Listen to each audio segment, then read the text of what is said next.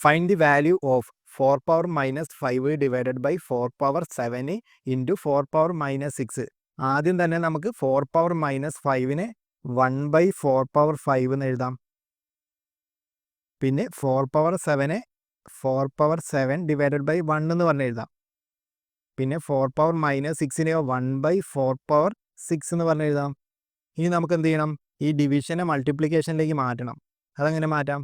ഫസ്റ്റത്തെ ഫ്രാക്ഷൻ അതേപോലെ തന്നെ എഴുതുക, 1 ബൈ 4 പവർ 5. പിന്നെ അത് മൾട്ടിപ്ലിക്കേഷനിലേക്ക് മാറും. രണ്ടാമത്തെ ഫ്രാക്ഷനെ നമുക്ക് എന്തായി എഴുതാം? തല തിരിച്ചെഴുതാം. അതായത് 1 ബൈ 4 പവർ 7 എന്നാവും. പിന്നെ മൾട്ടിപ്ലിക്കേഷൻ തന്നെയല്ലേ വരുന്നത്, 1 ബൈ 4 പവർ 6.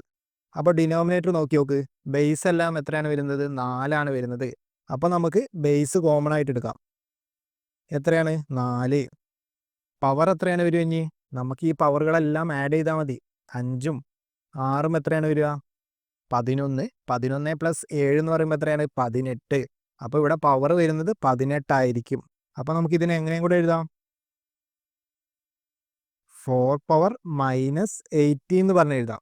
അപ്പോൾ ഇതിൻ്റെ കറക്റ്റ് ആൻസർ എന്ന് പറയുമ്പോൾ 4 പവർ മൈനസ് 18 ആണ്.